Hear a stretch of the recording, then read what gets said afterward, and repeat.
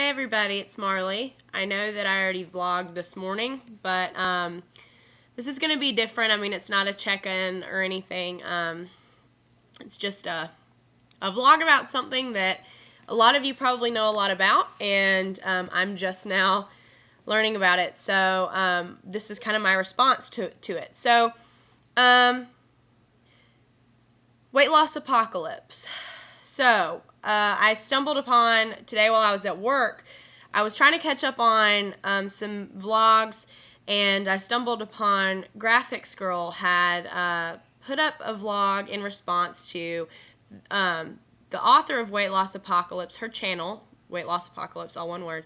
Her name's Robin, and a video that she had posted of her pre-counseling a future HCG client or patient at a clinic and mentally preparing this woman for the HCG, the protocol, just the journey in general. So I have not read Weight Loss Apocalypse. I didn't really know what it was. I didn't know whether it was just a weight loss book, whether it was specifically geared for HCG. I had heard a couple of you mention it in passing in your vlogs, and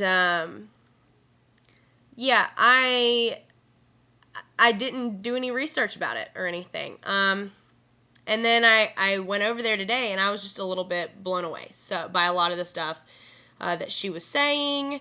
You know, I took some notes. And I basically, I would suggest everybody go over there, because the first thing that really surprised me about it was that she basically was talking about how Dr. Simeon's Pounds and Inches, which I like to think of as my Bible, my HCG Bible, is like super outdated, which that's not a secret. I mean, he wrote it in 1963, I think, like a long time ago, and he's dead. I mean, but not only did she say it's outdated, she said there's no really scientific evidence to back up anything that he was saying, and she's not trying to discredit him. I mean, basically, he did the best that he could with the knowledge that he had and the information that he had at the time, but of course, there's a lot more now that we know. And,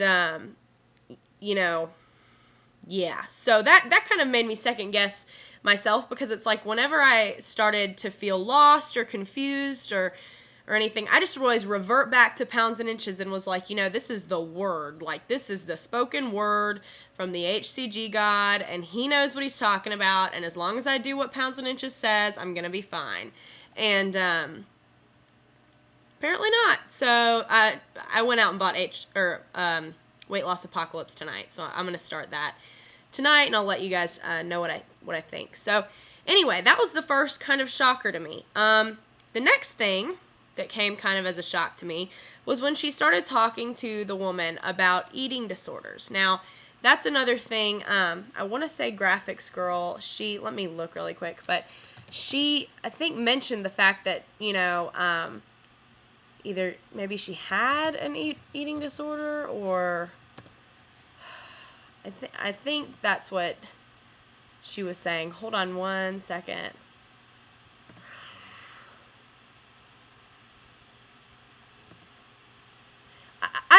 I don't really remember. I mean, I don't know. But basically, somehow or another, eating disorder came up, and I was like, well, this isn't gonna apply to me, because I don't have an eating disorder. I don't. I was raised eating healthy food, like, I don't have an eating disorder. And then I started watching her, and I was like, listening to what she was saying, and I was like, because in the beginning, when I started HCG, my mom and I were talking, and I mentioned that in Pounds and Inches, Dr. Simeon's touches on emotional eating and eating disorders. And I was talking to my mom, and I was like, I'm not an emotional eater.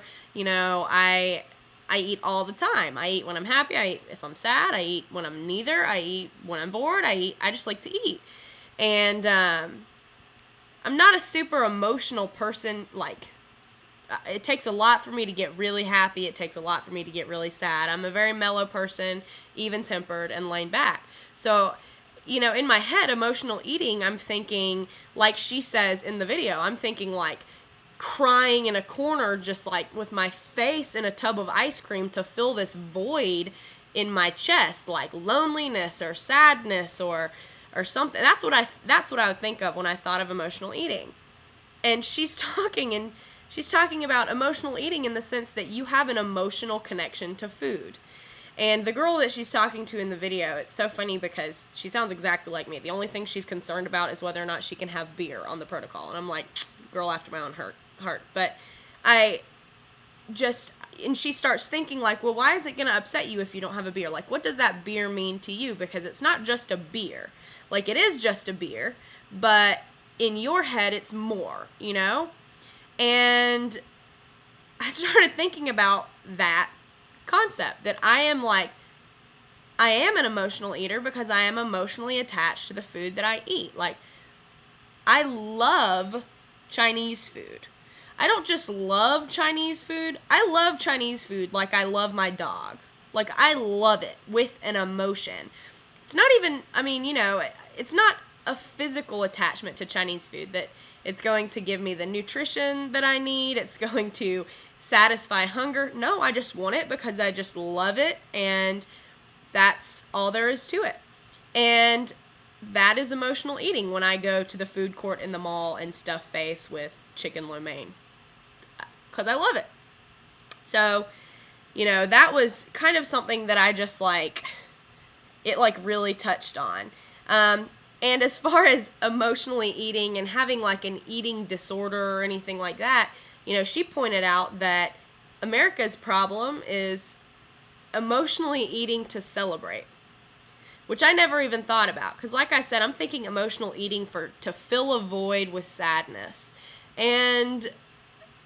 But we all emotionally eat to celebrate. That's like what we do in America. We go to celebrate, and we go have food, and we go have drinks, and we go have, all of these things, and for no other reason than it's emotional.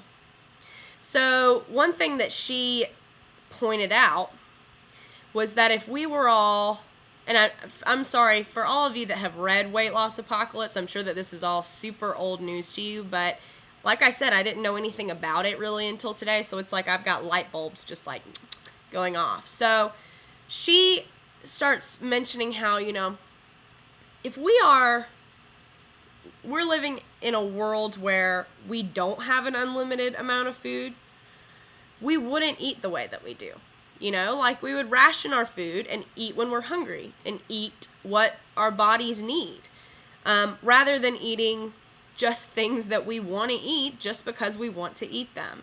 And, she mentions the fact that, eating out of boredom, that eating is a hobby.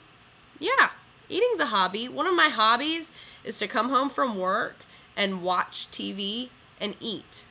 And she's talking about how, what if you harness that energy rather than using it to just mindlessly eat into doing other things? Like, what did you used to enjoy doing? Projects that you used to enjoy doing. And, like I love to paint, and I haven't painted in a really long time. So instead of coming home and sitting on the couch and eating a whole bag of Doritos, maybe I could have been painting. Or, just anything. You understand what I'm saying. But as a hobby, we eat for the fun of it, like, just because we enjoy it. She asked the girl, if she had received food as a reward growing up. And she said yes, she had. And the point she was trying to make there was that, psychologically, now food is connected to success and is a reward and all this stuff. For me, it was the opposite.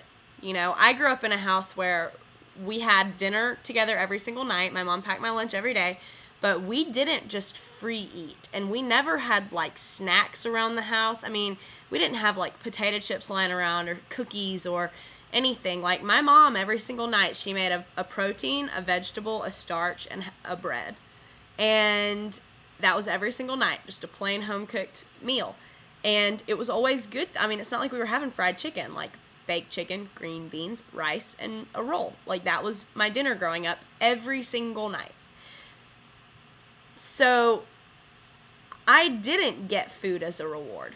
Like I never, ever did.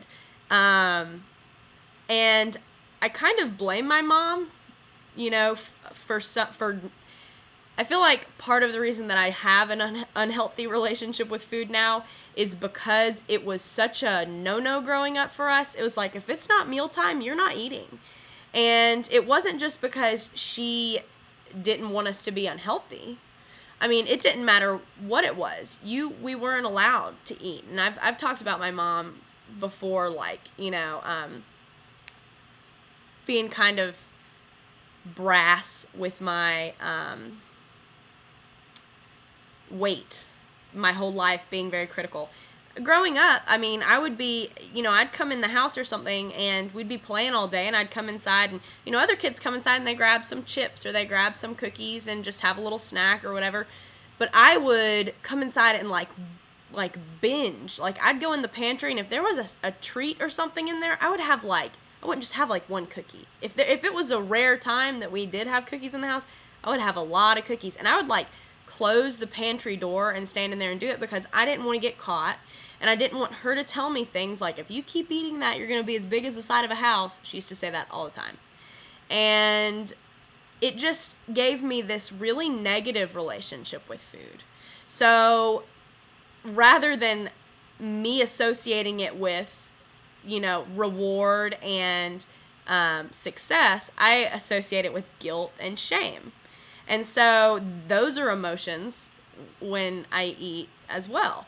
It's just kind of a, you know, there was a lot of stuff that she talked about. I'm going to end this one here, and then I'm actually going to upload another one because there were just a couple more things that I wanted to talk about. But, yeah, so this one's 12 minutes already. So I'm going to end it here, and I'm going to pick it up in a minute.